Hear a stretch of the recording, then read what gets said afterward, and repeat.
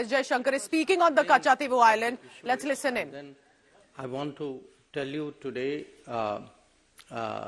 what has really transpired, which has created the issue, and why that issue is today relevant to all of us. Why are we debating it today? In 1974, India and Sri Lanka, in June 1974, concluded an agreement where they drew their maritime boundary. And in drawing the maritime boundary, Katchatheevu was put on the Sri Lankan side of the boundary. This agreement of 1974 had three other clauses. One clause which said that each country shall have sovereignty and exclusive jurisdiction and control over the waters. The second clause, Article 5, it gave to Indian fishermen that they will continue to access Katchatheevu as hitherto and will not be required to obtain travel documents. And the third one, that the vessels of India and Sri Lanka will enjoy in each other's waters such rights that they have traditionally enjoyed. So this was the agreement which was reached in 1974 in June. Now, when this agreement was presented before Parliament, the then Foreign Minister, Sri Swaran Singh ji, he actually assured the Parliament, and I am reading his words, I feel confident that the agreement demarcating the maritime boundary in the Pork Bay will be considered as fair, just and equitable to both countries. At the same time, I wish to remind the honourable members that in concluding this agreement, the rights of fishing, please note, the rights of fishing, pilgrimage and navigation, which both sides have enjoyed in the past, have been fully safeguarded for the future. This was the assurance that the then Foreign Minister, Sri Swaran Singh ji, gave in Parliament at that time. 1974, July 23, 1974. Now, in less than 2 years, actually, there was another agreement between India and Sri Lanka through an exchange of letters. And in this agreement, now, India proposed the following. Again, I'm reading to you from the original document. With the establishment of the exclusive economic zones by the two countries, India and Sri Lanka will exercise sovereign rights over the living and non-living resources of their respective zone. The fishing vessels and fishermen of India shall not engage in fishing in the historic waters, the territorial sea, and the exclusive zone of Sri Lanka. So, 1974, assurance is given. By 1976, an agreement is concluded which actually gives away this assurance. Now, once this agreement in 1976 was concluded, there then evolved a position, a standard position, you can say, of the government on this matter. And I'm reading to you an example. This is from 2006. It is a question which is answered by the then Minister E. Ahmed on the floor of the Parliament. And he says, Mr. Ahmed, the 1974 agreement on the demarcation of the international maritime boundary line between India and Sri Lanka, as also the exchange of letters of 1976 on this issue of fishing rights, stipulate that the fishing vessels and fishermen of India shall not engage in fishing in the historic waters, territorial seas and the EEZ of Sri Lanka. So this is now the position which is taken by the government as a regular position. I am only giving you one example from 2006. So what has happened? What has been the consequence of this? In the last 20 years, 6,184 Indian fishermen have been detained by Sri Lanka. 6,184. And in the same period, 1,175 fishing vessels, Indian fishing vessels, have been seized, detained, apprehended by the Sri Lankans. So this is really today, the background, this is the issue that we are discussing. Now you can ask, why are we discussing it? And the answer is, in the last 5 years, in the Parliament, in the Consultative Committee, we have repeatedly, this issue, Katchatheevu issue and the fishermen's issue, has been repeatedly raised by various parties, by all parties, I would say. As I mentioned, in Parliament it has come up as Parliament question, it has come up in debates, it has been raised in the Consultative Committee, and in fact, Chief Minister of Tamil Nadu has written to me numerous times, and my record shows that to the current Chief Minister, I have myself replied 21 times on this issue. So please understand, this is not an issue which has suddenly surfaced. This is a live issue. It is an issue which has been very much debated in Parliament, in Tamil Nadu circles as well. It has been the subject of correspondence between the union government and the state government.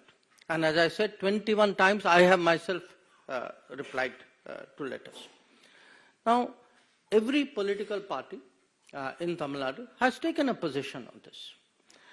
And here, one of the reasons why we are debating it is, in looking at these two issues, the Katchatheevu issue and the fishermen issue, two parties, the Congress and the DMK, have approached this matter as though they have no responsibility for it, as though the situation is for central government, today's central government, for them to resolve. There is no history to this. This has just happened. They are the people who are taking up the cause. That is the way they would like to project it.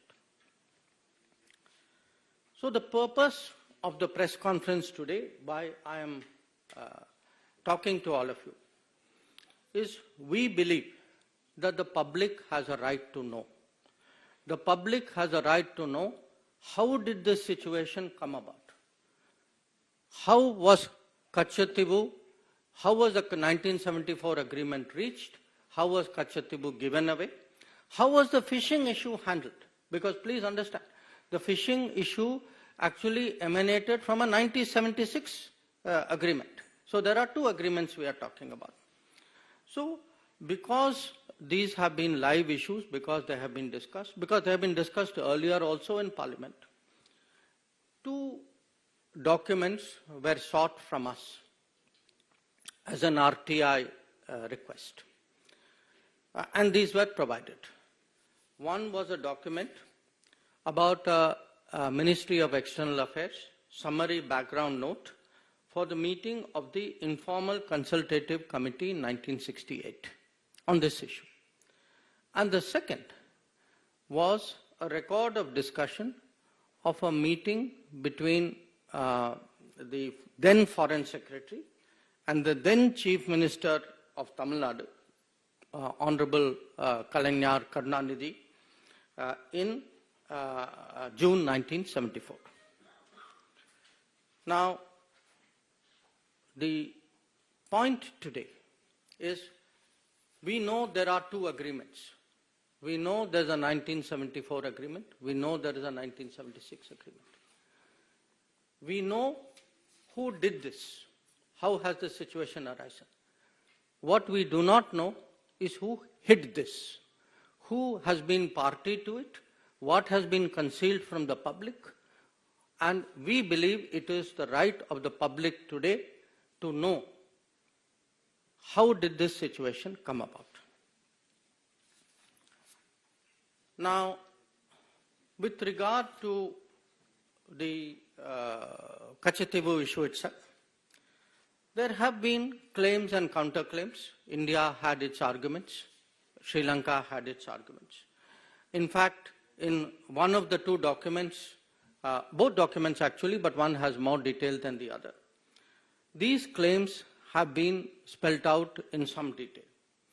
India's claim is mainly that the Katchatheevu island belonged to the Raja of Ramnad, and that he had it from the time that East India Company assigned it to him.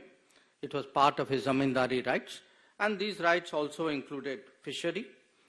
Also that later on these rights moved from the Raja of Ramnad to the Madras government. A second argument was that after independence, for many years, Indian customs regularly went to Katchatheevu, and this was not obstructed. The Indian view also was that there was absence of any documentary evidence to show that Sri Lanka had an original title to Katchatheevu. So these were largely the Indian arguments. The Sri Lankan argument, which also this document, which has been obtained under RTI, has released, was that according to them, they have records which go back to the 17th century, and that they also feel there were some conferences where which looked at their claim in a more positive manner. This is their claim. Now, what actually happened on Katchatheevu was, after both India and Sri Lanka became independent, there were issues between the military of the two countries about using this island. And that's how this issue actually came up as an issue between the governments. And from the 1960s, this issue picked up. And it was particularly discussed. There were many discussions, but I think the most important one was a discussion in 1974, few months before the Katchatheevu agreement was done, when the then Sri Lankan Prime Minister, Sirimavo Bandaranaike, came and met Indira Gandhi ji, who was then Prime Minister of India. So this broadly is the issue. These are the claims. But as I said, we know who did it. We are today looking and discussing who hid it. Now, in all of this, whenever there is a territorial dispute, it is natural that there is a request. You take a legal view of what is the claim. So at this time, the legal view was actually originally sought from the then Attorney General of India, Shri M.C. Setalvad. Many of you would be familiar. He was a very famous person. He was a legal luminary. Now, it's very interesting. Shri Setalvad gave his legal opinion as the Attorney General in 1958. In that opinion, he says, the matter, and I'm reading from it, the matter is by no means clear or free from difficulty, but on the assessment of the whole evidence, it appears to me that the balance lies in favor of concluding that the sovereignty of the island was and is in India. So this is the opinion of the then Attorney General. In fact, he not only mentions that, he also says, because please note, he says that the matter is by no means clear. He says whatever is agreed, it can also be limited by custom or treaty, and therefore Mr. Setalvad suggests that it may be possible for India to contend that there exists a right by custom in the Indian fishermen to fish in the territorial waters of the island. So essentially, the Attorney General is saying that the balance is something which goes in favor of India. But even if it doesn't, there is still a case. There is still a case to insist on fishing rights, access of Indian fishermen to the waters of this island. Now, interestingly, other than the Attorney General, the Ministry of External Affairs also has a legal department. So we had a gentleman there at that time called Dr. K. Krishna Rao. He was a very eminent person dealing with international law. And Mr. K. Krishna Rao also takes a very interesting view. He says, I'm not suggesting that we have no case at all, but I submit that our legal case in this connection may be used to obtain fishing rights around the island. So what we have essentially is, you have the main legal people, and please bear in mind, we are talking 1958 and 1960.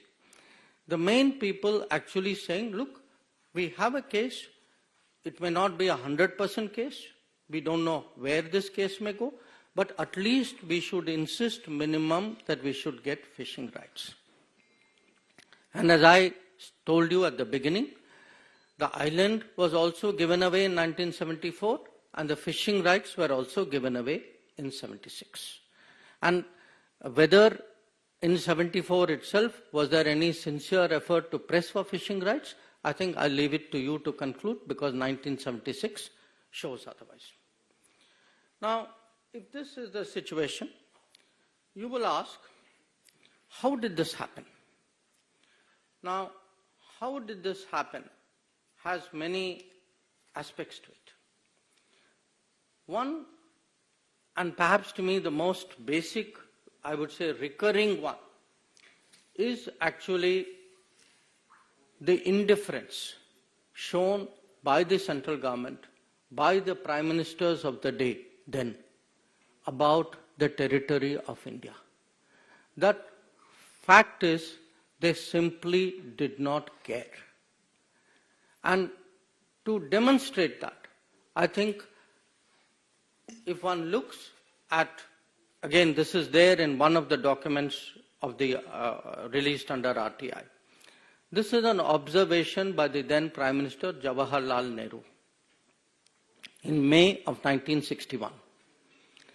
He says, he writes, I attach no importance at all to this little island, and I would have no hesitation in giving up our claim to it. I do not like matters like this pending indefinitely and being raised again and again in Parliament. So, to Pandit Nehru, this was a little island. It had no importance. He saw it as a nuisance.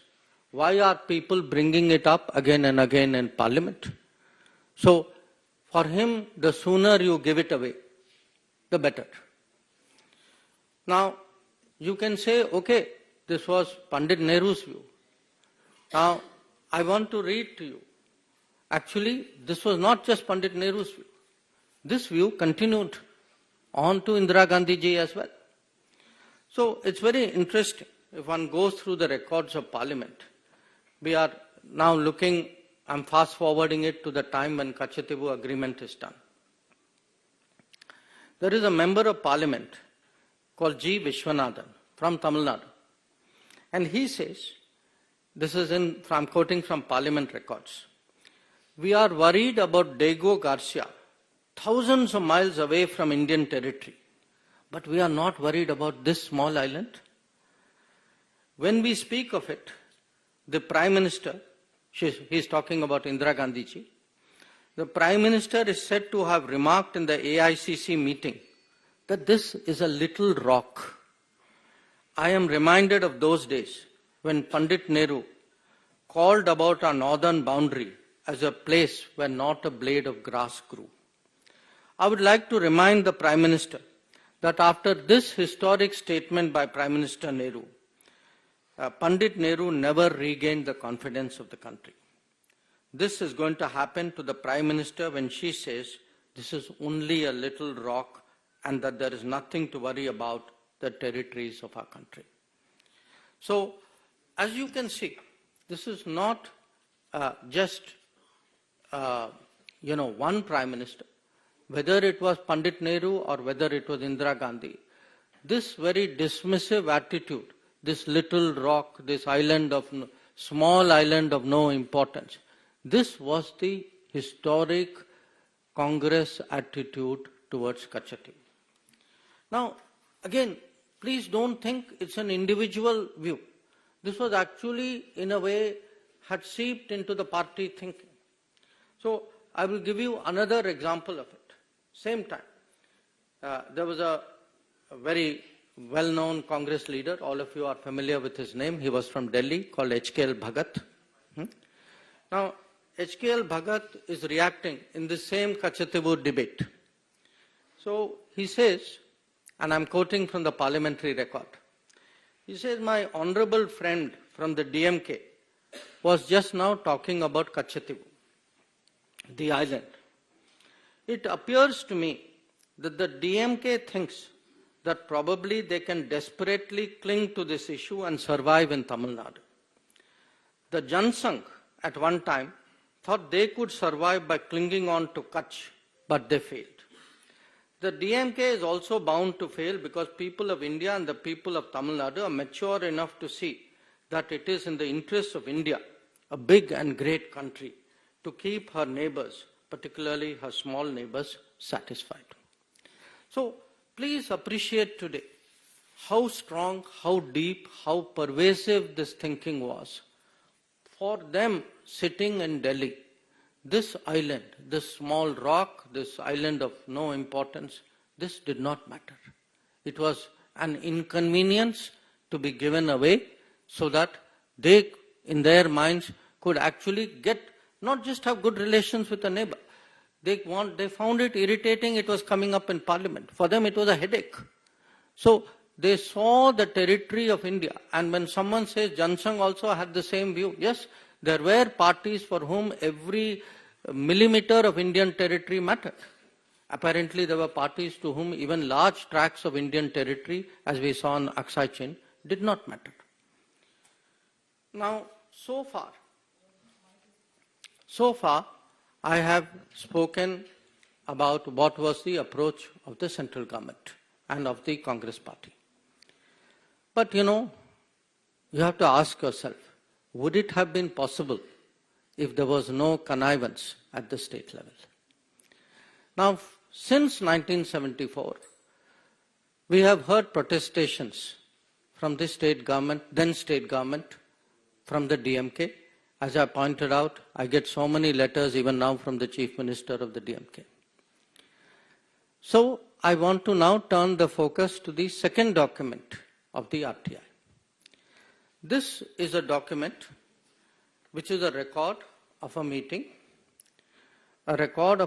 on 19 June 1974, which is held in Fort St. George, the Secretariat, Tamil Nadu Secretariat conference room, where the Foreign Secretary, accompanied by the Director of the Historical Division, he calls on the then Chief Minister of Tamil Nadu, Kalaignar Karunanidhi, and present there are the Tamil Nadu Chief Secretary, gentleman called P. Sabanayakam, and the Home Secretary, a gentleman called S.P. Ambrose.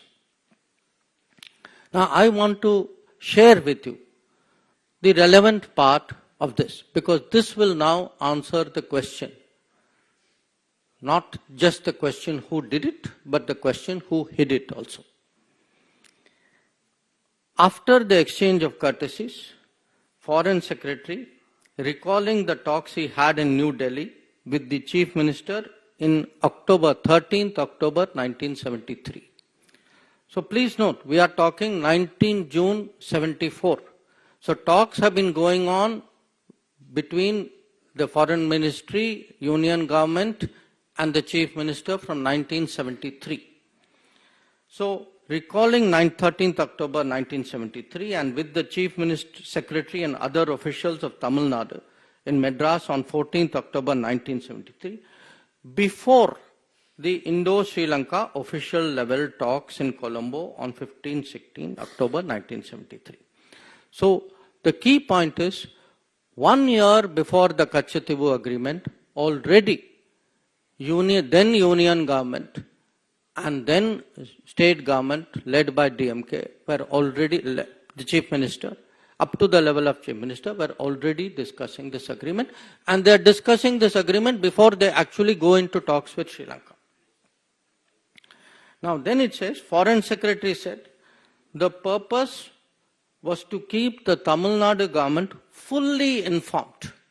Please note these words, fully informed of the developments in the talks with Sri Lanka and get the benefit of the views and negotiations of the Tamil Nadu, views and suggestions of the Tamil Nadu authorities.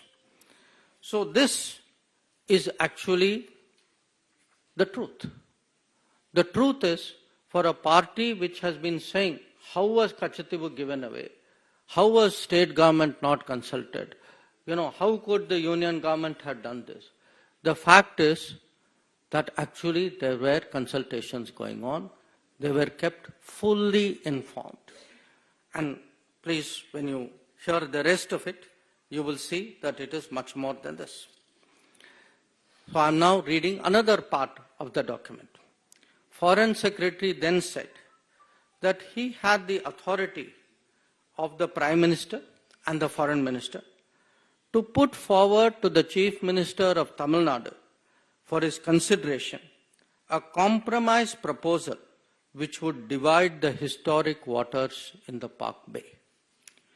So here it is. It is not even that they are being informed after the event. They are actually being consulted 1 year ahead. The key proposal is now actually being put forward to the Chief Minister. And the Foreign Secretary then proceeds, the next paragraph will show, he proceeds to explain this in great length. Now, at the end of the conversation, again I am quoting from the document, on the substance of the proposal, the Chief Minister indicated that he was inclined to accept the suggested solution. Then it goes on. The Chief Minister, having once again signified his general acceptance of the suggested solution, said that for obvious political reasons, he could not be expected to take a public stand in favor of it. The Chief Minister, however, assured Foreign Secretary that he will help keep the reaction at a low key and will not allow it to be played up. The Foreign Secretary appreciated this gesture and stressed that nothing should be done to embarrass the central government or turn this affair into an issue between the center and the state. So, the fact is, we know today actually not just who did it, but also who hid it, who were all the parties who were responsible for the 1974 Katchatheevu agreement. Also, how the fishing rights were terminated in 1976. So, if we have today a situation, as I shared with all of you, that in the last 20 years, if 6,184 fishermen were detained, if 1,175 boats were detained, you all know who is responsible. So, for today, it is important for the public to know, it is important for the people to judge. This issue has actually been hidden too long from the gaze of the public. So we believe today that, at a time when there are big debates and decisions going on in this country, that the full truth on Katchatheevu and on Tamil fishermen's activities and right of living should be placed before the public. That was the purpose for this press conference. I thank you for your attention in listening to me. Sir, you raised this issue and you said that you wanted to initially know who did it and why they did it, and now you say that you know why it was done. But why is this issue being raised right now? Is this because the BJP feels nervous in Tamil Nadu? That's the question that DMK and Congress are asking.